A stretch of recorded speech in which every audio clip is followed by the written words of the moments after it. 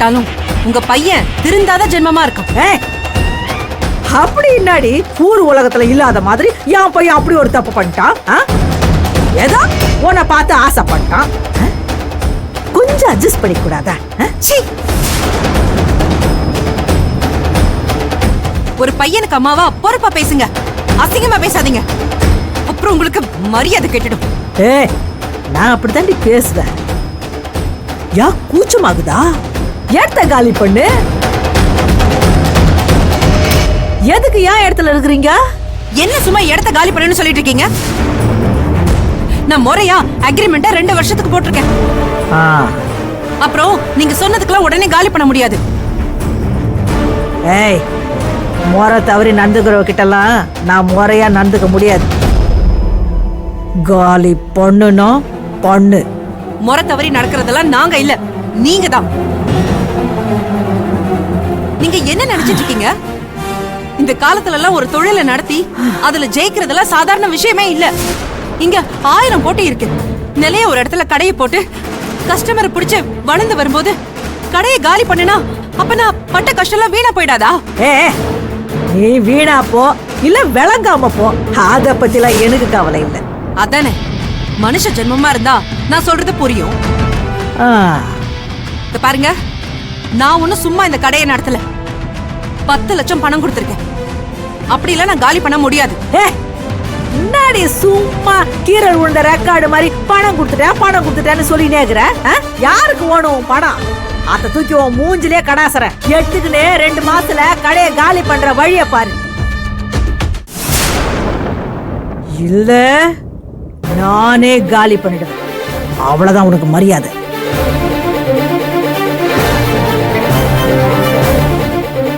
என்ன பக்கவாதியா? நீ உன் வாசிப்பே இல்ல. என்ன பார்த்ததும் சுதி இறங்கிச்ச. இறங்கணும். என்ன பகச்சுக்குனீங்க மொத்தமாவும் மதிப்பு மரியாதை செல்வாக்கு எல்லாம் இறங்கிடும். அதெல்லாம் காலி பண்ணுவீங்க. வட்ட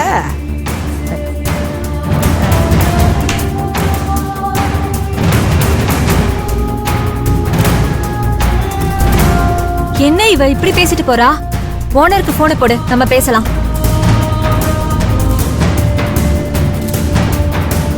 ஏன் இன்னும் அமைதியா இருக்க? எவ்வளவு சொன்னாலும் நான் இந்த கடையை காலி பண்ண மாட்டேன். பாத்துக்கலாம் பத்மா, பாத்துக்கலாம்.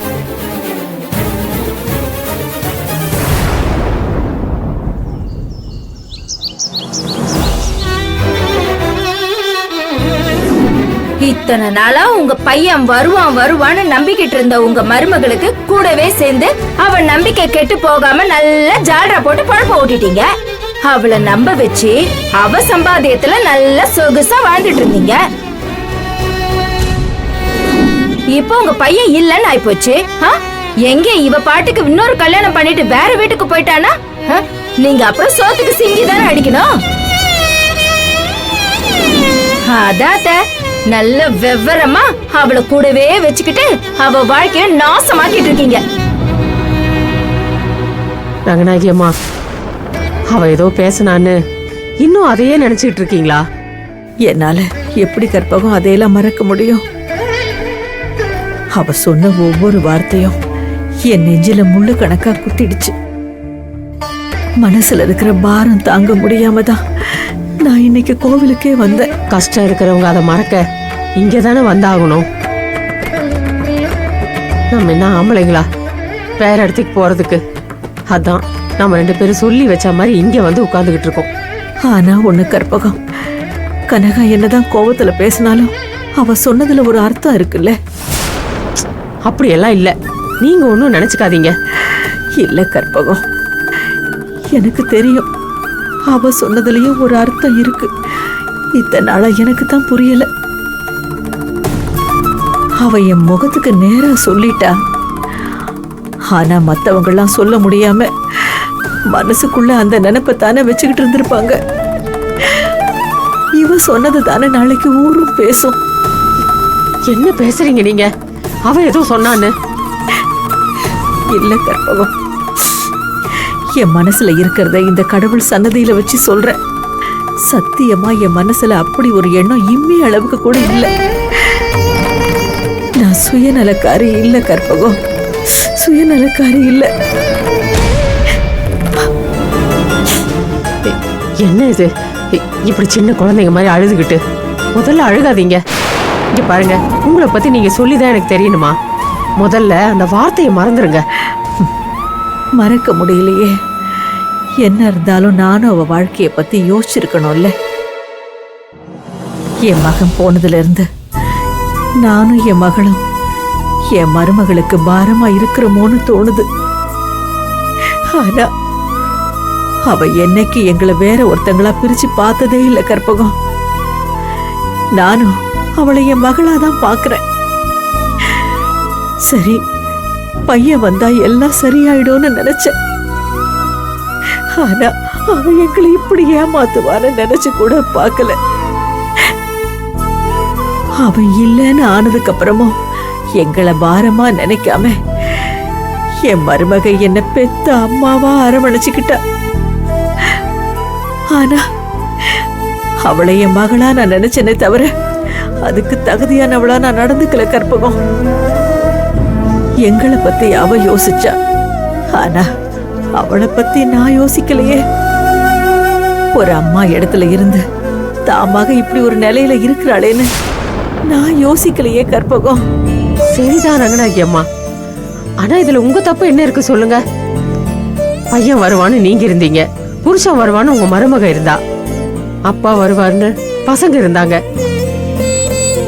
இப்படி குடும்பம் மொத்தமும் நம்பிக்கையா இருக்கும்போது யாருதான் என்னதான் யோசிக்க முடியும் சொல்லுங்க? அப்படி யோசிச்சிருந்தா உங்க நம்பிக்கையே தப்பா இருக்குமே. அதனால உங்க தப்பு இதுல எதுவும் இல்ல. காலம் நம்மள ஏமாத்திருச்சு, அவ்வளவுதான். சரி கற்பகம், ஆனா இப்ப என் பையன் வரமாட்டான்னு தெரிஞ்சதுக்கு அப்புறம் நான் அப்படியே இருக்கிறது தப்பு தானே? அவ வாழ்க்கைய பத்தி நான் யோசிச்சிருக்கணும்ல. ஒரு அம்மாவா என் பொண்ணு இழந்த வாழ்க்கைய நான் சரி பண்ணி கொடுக்கணும்ல. இப்பவும் அந்த எண்ணம் என் மனசுல வரலன்னா அது தப்பு தானே கற்பகம்? வாஸ்தவம் தான், வினோதினிக்கு ஒரு நல்ல வாழ்க்கை அமைச்சு கொடுக்கணும் தான். ஆனா உங்க பையன் வரமாட்டான்னு நீங்க நம்புற மாதிரி உங்க மருமகளுக்கும் அந்த எண்ணம் வரணும் இல்லையா? அவ இன்னும் உங்க பையனை மனசுல நினைச்சுக்கிட்டு தான் இருக்கா. ஏதோ ஒரு நம்பிக்கை அவளுக்குள்ள இருக்கு. அப்படி இருக்கும்போது அவ எப்படி இன்னொரு வாழ்க்கைய பத்தி யோசிப்பா? அப்படிப்பட்டவளுக்கு நீங்க என்ன வாழ்க்கை அமைச்சு கொடுக்க முடியும்? முதல்ல அவ நம்பணும், நம்மளுக்கான பழைய வாழ்க்கை முடிஞ்சிருச்சுன்னு அவ நம்பணும். அதுக்கு உங்க மகன் நினைப்ப அவன் மனசுல இருந்து எடுக்கணும்.